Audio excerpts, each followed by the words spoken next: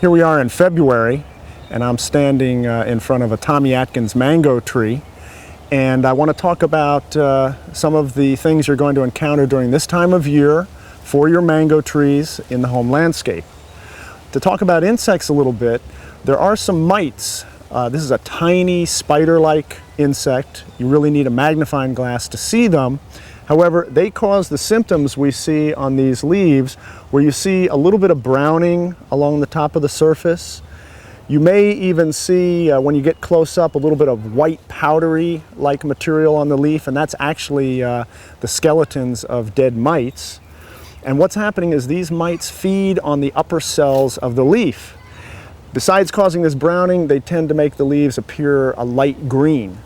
Now, if the population of the mites gets bad enough or high enough, it can cause the tree to lose its leaves. However, that hasn't really happened in this case.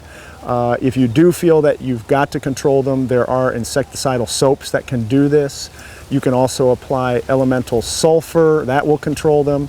However, a word of caution, if you do use elemental sulfur, do not apply any oil sprays, which can also control them, for about a month. And so you don't want to have any mixing or spraying of oil and then sulfur and then sulfur and then oil.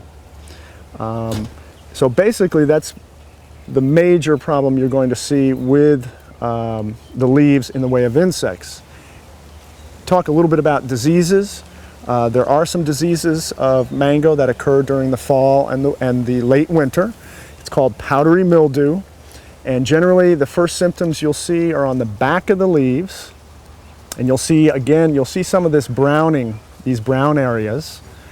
And if the conditions are right, it can get severe enough, again, to cause the leaves to drop. However, it didn't in this case.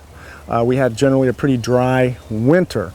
However, if you feel that the leaves are in danger of dropping during the fall and winter from powdery mildew, if you see these symptoms, you can apply a sulfur spray, and that will prevent the powdery mildew from causing the leaves to drop.